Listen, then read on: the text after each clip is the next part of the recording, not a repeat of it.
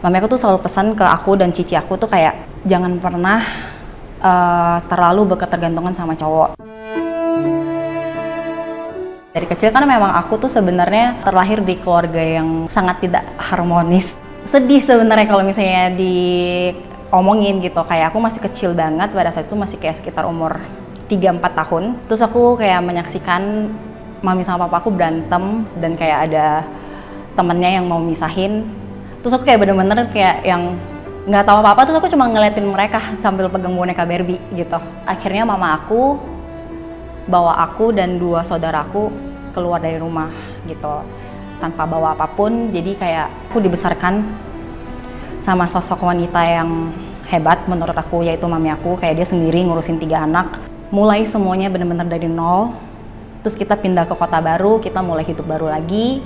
Ya di umur segitu yang harusnya memang aku masih main-main, tapi udah nggak bisa main-main gitu, karena kayak aku ngelihat sendiri mami aku hancur mentalnya. Terus kayak beberapa kali coba untuk kayak mau bunuh diri gitu-gitu, dan memang sudah dilakukan, tapi untungnya bisa terselamatkan gitu. Sampai aku dan 2 saudaraku tuh yang benar-benar kita shift-shiftan untuk ngawasin mami aku, kayak takut dia ngelakuin hal yang lebih parah lagi gitu.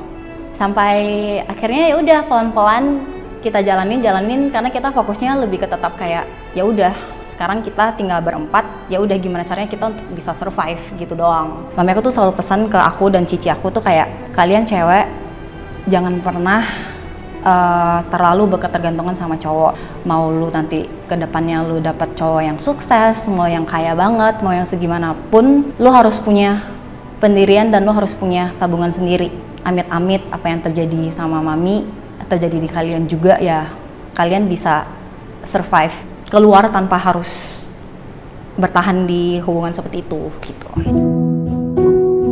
Dari kecil tuh aku udah selalu mikir kalau misalnya suatu hari aku nikah, suatu hari aku punya anak, suatu hari aku berkeluarga, ya aku mau keluarga aku tuh bener-bener bisa harmonis gitu, yang bisa bener-bener kalau makan bareng, yang kayak bener-bener happy lah gitu, yang kayak anakku bisa curhat ke aku gitu-gitu, pengennya kayak gitu kan.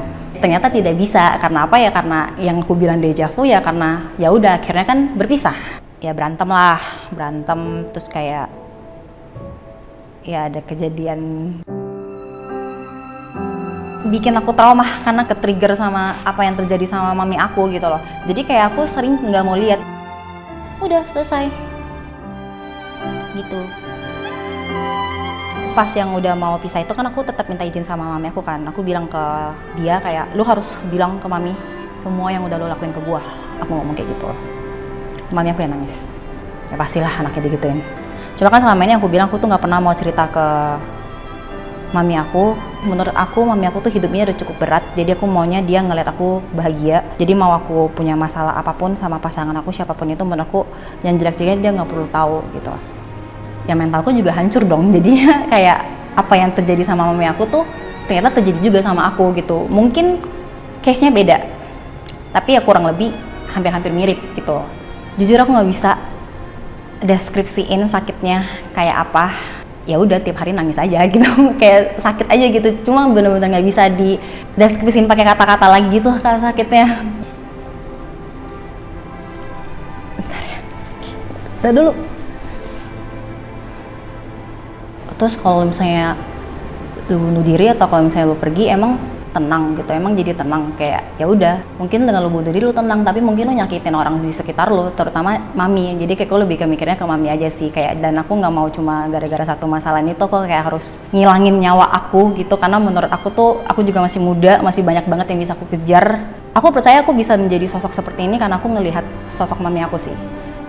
Pelan-pelan dari situ aku jadi mikir gitu, kayak ngapain harus fokus sama orang yang nyakitin aku di saat kayak di luar sana ya ternyata banyak kok yang masih sayang dan tulus sama aku. Mending aku fokusnya tuh ke sama orang-orang yang benar-benar sayang sama, peduli sama aku gitu.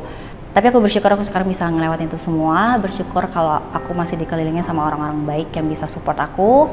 Intinya kalau misalnya dulu aku ikutin bisikan setan untuk akhirin hidup aku, mungkin sekarang aku nggak bakal tahu kalau Wen lu tuh bisa begini loh, Wen lu tuh ternyata sekuat ini loh, Wen ternyata lu bisa duduk di sini dan kayak ngomong sama kalian yang mungkin punya problem yang sama, Pesan aku cuma jangan nyerah sih, jangan nyerah, jangan kalah sama keadaan kalian sekarang. Kalian nggak pernah tahu, mungkin kedepannya akan ada hal baik yang luar biasa yang bakal datang ke kehidupan kalian.